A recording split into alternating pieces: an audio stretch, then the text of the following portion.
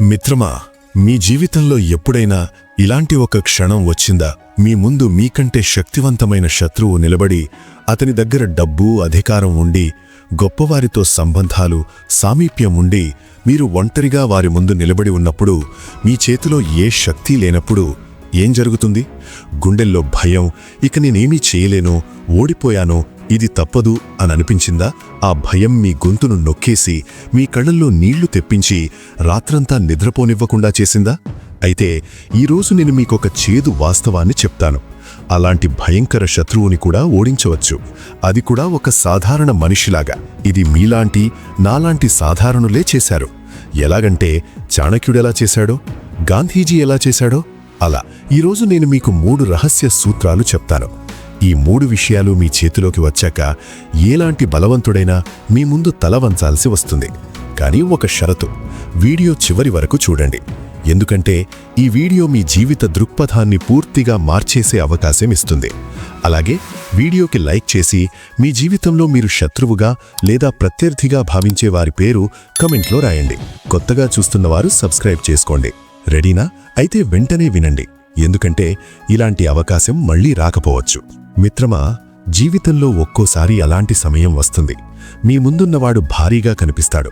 వారి ముందు మనం చాలా చిన్నగా కనిపిస్తాం. అది మీ బాస్ కావచ్చు, మిమ్మల్ని వేధించేవాడు, మీ బంధువు కావచ్చు, నిరంతరం తక్కువ చేసేవాడు, పొరుగువాడు కావచ్చు, మీకు అన్యాయం చేసేవాడు, లేదా డబ్బు, అధికారం, సామీప్యం ఉన్నవాడు కావచ్చు.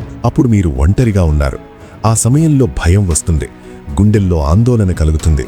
ఇక ఏం జరుగుతుంది, వాడితో ఎలా పోరాడతాం అని అనిపిస్తుంది. కానీ ఒక విషయం చెప్తాను. చరిత్ర చూస్తే చిన్నవాళ్లే పెద్దవాళ్లను ఓడించారు, బలహీనులు బలవంతులను ఓడించారు. చాణక్యుడిని చూడండి. అతనొక సాధారణ బ్రాహ్మణుడు, పేదవాడు. అతని దగ్గర సైన్యం లేదు, రాజ్యం లేదు. కానీ అప్పటి అతి బలవంతుడైన నందరాజుని ఓడించాడు. ఎలా? మహాత్మా గాంధీని చూడండి.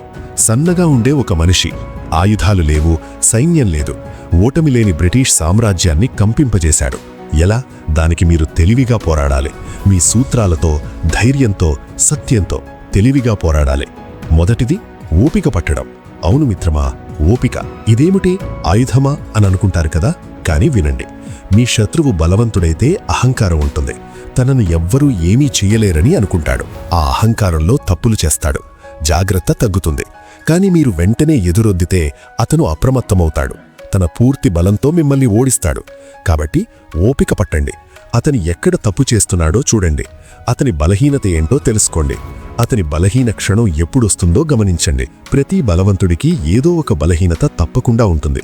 కొందరు మద్యం సేవిస్తారు, జూదమాడతారు, స్త్రీల విషయంలో బలహీనతగా ఉంటారు, కోపం తెచ్చుకుంటారు, పొగడతలు ఇష్టపడతారు. ఇవన్నీ బలహీనతలే. నెమ్మదిగా గమనించండి, అర్థం చేసుకోండి, నేర్చుకోండి. అలా ఓపిక పట్టినప్పుడు మీరు మీలో బలాన్ని పెంచుకోండి, జ్ఞానం పెంచుకోండి, అవగాహన పెంచుకోండి, శక్తిని పెంచుకోండి. డబ్బు లేకపోతే కొద్ది కొద్దిగా ఆదా చేయండి.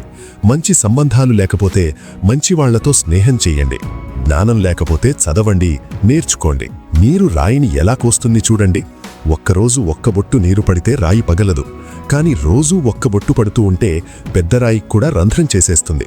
అలాగే మీరు క్రమం తప్పకుండా పని చేస్తూ ఉండాలి. కొద్ది కొద్దిగా చేస్తూ ఉండాలి. వదులుకోకూడదు, ఆగకూడదు. ఒకరోజు మీ సమయం వస్తుంది. మీరు బలపడతారు, శత్రువు అజాగ్రత్త అవుతాడు. అప్పుడు దాడి చేయవచ్చు. కానీ ఓపిక అంటే ఏమీ చెయ్యకపోవడం కాదు. ఓపిక అంటే సరైన సమయం కోసం ఎదురు చూడటం. సింహం వేటకొచ్చినప్పుడు గంటల తరబడి దాకుని, జింక దగ్గరగా రాగానే ఒక్కసారిగా దూకుతుంది. మీరు అలాగే వేచి ఉండాలి. అవకాశం వచ్చినప్పుడు పట్టుకోవాలి. రెండో సూత్రం, సత్యంపై నిలబడటం. ఇది అందరికీ అసాధ్యమైన, భయంకరమైన ఆయుధం. సత్యంతో ఉన్నప్పుడు మీలో వేరే రకమైన ఆత్మవిశ్వాసం వస్తుంది. భయం ఉండదు. ఎందుకంటే మీరు సరైన వైపున ఉన్నారని మీకు తెలుసు. అందుకే జనాలు కూడా మీతో ఉంటారు. శత్రువు ఎంత బలవంతుడైనా తప్పు చేస్తున్నప్పుడు అతనికి భయం ఉంటుంది. అతను తప్పు చేస్తున్నాడని అతనికి తెలుసు. ఆ భయం అతన్ని లోపల నుంచి బలహీనపరుస్తుంది. బయట ఎంత గట్టిగా కనిపించినా లోపల భయపడుతుంటాడు.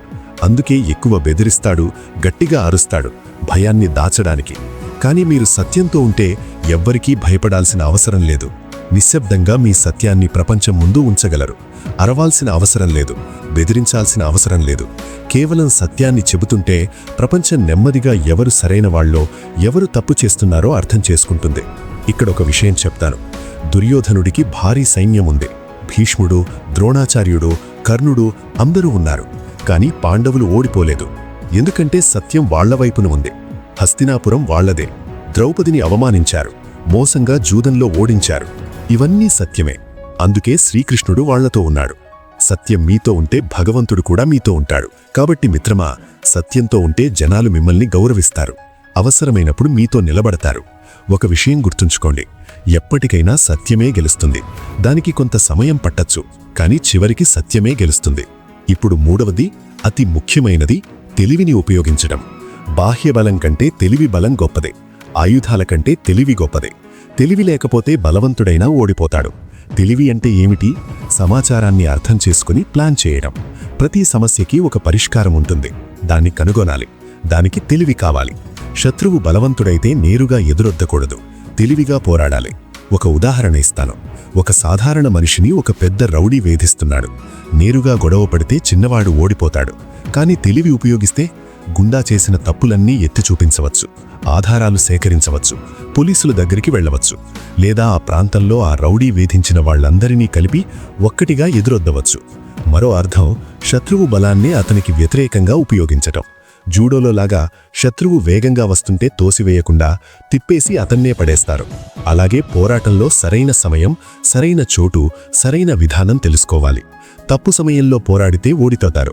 మీ తెలివిని ఎలా పదును పెట్టుకోవాలి? నిరంతరం నేర్చుకోండి. చదవండి. మంచివాళ్లను కలవండి. వాళ్ల నుంచి నేర్చుకోండి. కష్టాల్లో గెలిచిన వాళ్ల కథలు చదవండి. చరిత్ర చదవండి. వాళ్ల పద్ధతులు అర్థం చేసుకుని మీ జీవితంలో అమలు చేయండి. ఇప్పుడు ఈ 3 వ్యూహాలను కలిపి ఎలా ఉపయోగించాలో చెప్తాను. మీ ఆఫీస్లో బాస్ మిమ్మల్ని వేధిస్తున్నాడనుకోండి. తప్పు పనులు చెయ్యమంటాడు, జీతం పెంచడు, కమిషన్ ఇవ్వడు.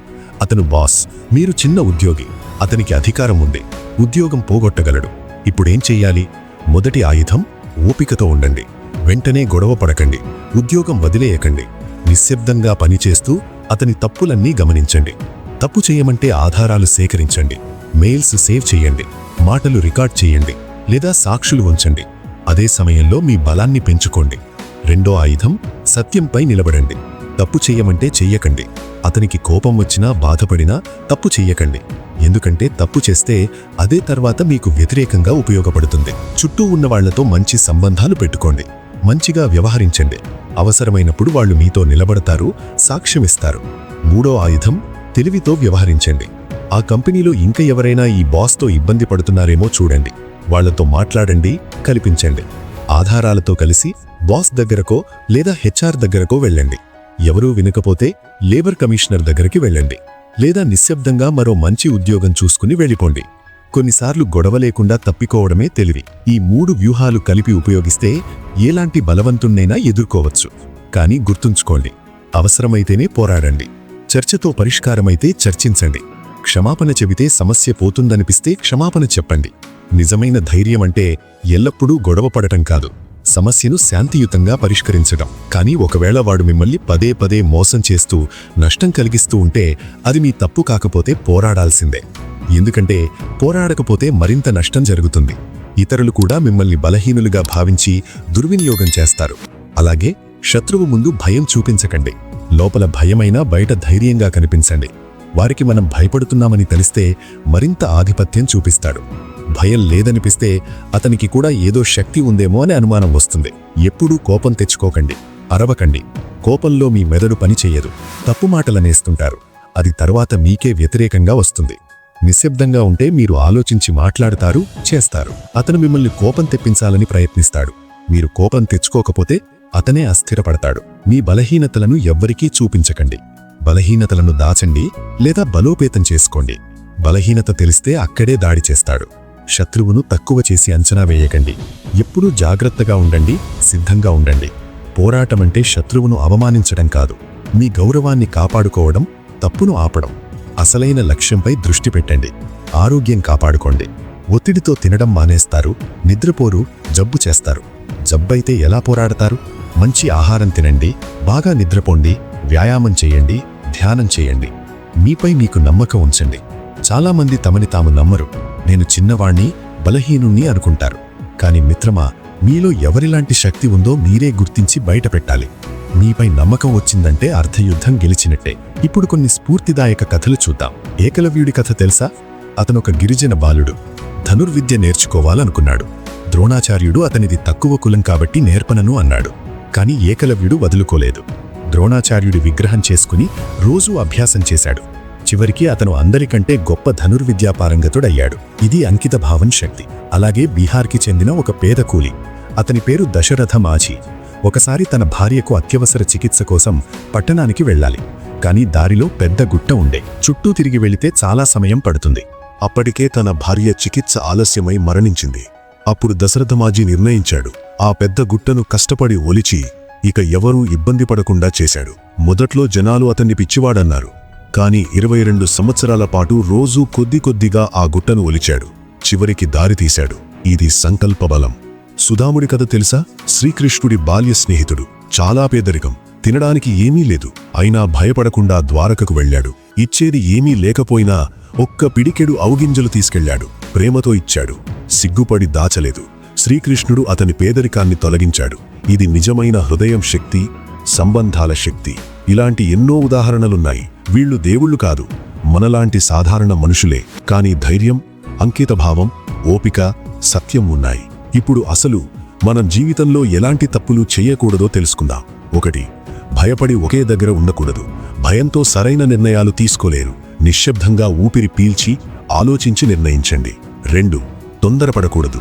ఏదైనా తొందరగా ముగించాలనుకుంటే తప్పులు జరుగుతాయి. 3. ఒంటరిగా పోరాడకూడదు. ఇది నా పోరాటం అని ఒంటరిగా చెయ్యాలనుకోకండి. సహాయం అడగండి, అందులో తప్పేమీ లేదు. 4. శత్రువులా అవ్వకూడదు. వాడు తప్పు మార్గాలు వాడితే మనం కూడా వాడాలనుకోకండి. అలా చేస్తే మీ సత్యబలం పోతుంది. మీ సూత్రాలపై నిలబడిపోండి. 5. ఓటమిని అంగీకరించకూడదు. కొద్దిగా ఇబ్బంది వచ్చినా వదులుకోకండి. 6. పగ భావన పెంచుకోకండి. పగతో గాయపడిన మనస్సు మిమ్మల్ని బలహీనపరుస్తుంది. ప్రతికూల ఆలోచనలు వచ్చినప్పుడు వెంటనే ఆపేయండి. నేను గెలుస్తాను, నేను బలవంతుణ్ణి, సత్యం నాతో ఉంది, భగవంతుడు నాతో ఉన్నాడు అని ఆలోచించండి. మీ గత విజయాలను గుర్తు చేసుకోండి. చిన్న విజయాలైనా జరిగాయి కదా, వాటిని గుర్తు చేసుకోండి. చిన్న విజయాలను జరుపుకోండి. ఒక అడుగు ముందుకు వేస్తే సంతోషపడండి. ఒక సహాయకుడు వస్తే సంతోషపడండి. ఈ చిన్న ఆనందాలు మిమ్మల్ని బలపరుస్తాయి. ఇంకా కొన్ని ఆధ్యాత్మిక విషయాలు. మీరు ఎవరినైనా నమ్ముతారు కదా? పరమాత్మ, అల్లా, క్రీస్తు, ప్రకృతి, ఏదైనా దాన్ని నమ్మండి. ప్రార్థించండి, ధ్యానం చేయండి. ప్రార్థన మీ మనస్సుకి శాంతినిస్తుంది. ఎవరో నాతో ఉన్నారనే భావన భారీ బలాన్నిస్తుంది. గీతలో భగవంతుడు చెప్పాడు, నీ ధర్మాన్ని చెయ్యి, ఫలితం గురించి ఆలోచించకు. అంటే నీవు నీ పని చెయ్యి, పూర్తి ప్రయత్నం చెయ్యి. ఫలితం మీ చేతుల్లో లేదు, కానీ ప్రయత్నం మీ చేతుల్లో ఉంది. ఫలితం గురించి ఆలోచించకపోతే ఒత్తిడి తగ్గుతుంది. మీరు మరింత బాగా పనిచేయగలరు. ప్రతి కష్టానికి ఒక అర్థం ఉంటుంది. కష్టాల ద్వారానే మనం బలపడతాం. బంగారాన్ని నిప్పులో వేసి శుద్ధి చేసినట్టు కష్టాలు మనల్ని శుద్ధి చేస్తాయి, బలపరుస్తాయి. కాబట్టి కష్టాలను అవకాశంగా, పాఠంగా చూడండి. గెలిచిన తర్వాత ఏం చెయ్యాలి? గర్వపడకండి. గర్వం వస్తే మళ్లీ తప్పులు చేసి ఓడిపోతారు. వినయంగా ఉండండి, కిందిగా ఉండండి.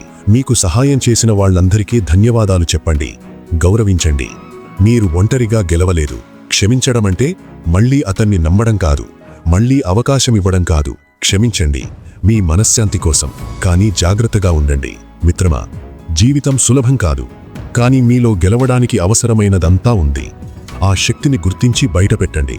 ఈరోజు మీకు 3 ఆయుధాలు చూపించాను: ఓపిక, సత్యం, తెలివి. ఈ మూడింటితో ఏ బలవంతుణ్ణైనా ఓడించవచ్చు. కానీ దీనికి కష్టపడాలి, ఓపిక పట్టాలి, ధైర్యం చూపాలి. గుర్తుంచుకోండి, ఓటమి అంటే యుద్ధంలో పడిపోవడం కాదు. యుద్ధం మొదలవ్వక ముందే ఓడిపోయినట్టు అంగీకరించడం, లేచి పోరాడకపోవడం. కాని పడినా లేచి మళ్లీ ప్రయత్నించినవాడు ఎన్నిసార్లు ఓడినా ఒక్కసారి గెలుస్తాడు. ఆ ఒక్క విజయం అన్ని ఓటములను మరిచిపోయేలా చేస్తుంది. ఈ ప్రపంచంలో ఎవరూ అంత బలవంతులు కాదు, ఓడించలేరు. ప్రతి బలవంతుడికి ఏదో బలహీనత ఉంటుంది, దాన్ని కనుగొనాలి. ప్రతి సమస్యకి పరిష్కారం ఉంటుంది, దాన్ని కనుగొనడానికి తెలివి కావాలి. కాబట్టి మిత్రమా, మీ ముందు బలవంతుడు ఉన్నా, ఓడిపోతాననిపించినా భయపడకండి. ఓపికతో, సత్యంతో, తెలివితో ముందుకు వెళ్తే విజయం మీదే. చూడండి, మీ ముందు ఎంత పెద్ద శత్రువు నిలబడినా, అతని దగ్గర డబ్బున్నా, అధికారం ఉన్నా, బలగం ఉన్నా, ఒక్క విషయం గుర్తుంచుకోండి: ఏ బలవంతుడికైనా బలహీనత ఉంటుంది, ఏ సమస్యకైనా పరిష్కారం ఉంటుంది. మీరు ఓపికగా ఎదురు చూస్తే, సత్యంపై నిలబడిపోతే, తెలివిగా ప్లాన్ చేస్తే ఆ శత్రువు కంపిస్తాడు, తల వంచుతాడు, మీ ముందు ఓడిపోతాడు. ఇక మీ జీవితంలో భయం అనే పదం ఉండకూడదు. నేను చిన్నవాణ్ణి, నాకు ఏమీ లేదు, నేను ఓడిపోతాను అనే ఆలోచనలు మీ మనస్సులోకి రాకూడదు. ఎందుకంటే మీలోని ఆ శక్తి ఇప్పటికే మేల్కొంది. చాణక్యుడిలా, గాంధీజీలా, ఏకలవ్యుడిలా, దశరథ మాఝీలా మీరు గెలవగలరు. మీరు ఆ బలవంతులను ఓడించగలరు. మీరు మీ జీవితాన్ని మీ చేతుల్లోకి తీసుకోగలరు. ఈ క్షణం నుంచి మీ జీవితంలో ఓపికను పెంచుకోండి. సత్యాన్ని ఎప్పుడూ వదులుకోకండి. తెలివిని రోజూ పదును పెట్టుకోండి. గుర్తుంచుకోండి మిత్రమా, విజయం అనేది ఒక రోజులో రాదు, కానీ ఒక్కసారి వచ్చిన తర్వాత అన్ని ఓటములను మరిచిపోయేలా చేస్తుంది. ప్రతి పడటం ఒక పాఠం, ప్రతి లేవడం ఒక విజయం. మీరు లేచి నిలబడితే ఆ బలవంతుడు మీ ముందు ఓడిపోతాడు. ఇక మీరు ఒంటరిగా లేరు. మీతో ఓపిక ఉంది, సత్యం ఉంది, తెలివి ఉంది, మరియు మీలోని అపారమైన శక్తి ఉంది. ఇప్పుడే లేచి ఊపిరి పీల్చి ధైర్యంగా చెప్పండి, నేను గెలుస్తాను. ఎందుకంటే విజయం ఇక నా దగ్గరే ఉంది. జై హింద్, జై భారత్. మీ విజయం కోసం ఈ రోజు నుంచి మొదలెట్టండి. మీరు గెలిచినప్పుడు ఆనందంగా గుర్తు చేసుకోండి, ఈ వీడియో మీ జీవితాన్ని మార్చింది అని. మిత్రమా, ఈ వీడియో మీకు ఏదైనా స్ఫూర్తిని ఇచ్చిందనిపిస్తే దయచేసి లైక్ చేయండి, మీ ఫ్రెండ్స్ లేదా ఫ్యామిలీకి షేర్ చేయండి. అలాగే మన ఛానల్ని సబ్స్క్రైబ్ చేసి ఈ వీడియోపై మీ అభిప్రాయాన్ని కామెంట్ చేయండి. మరో వీడియోతో మళ్ళీ కలుద్దాం. జై హింద్.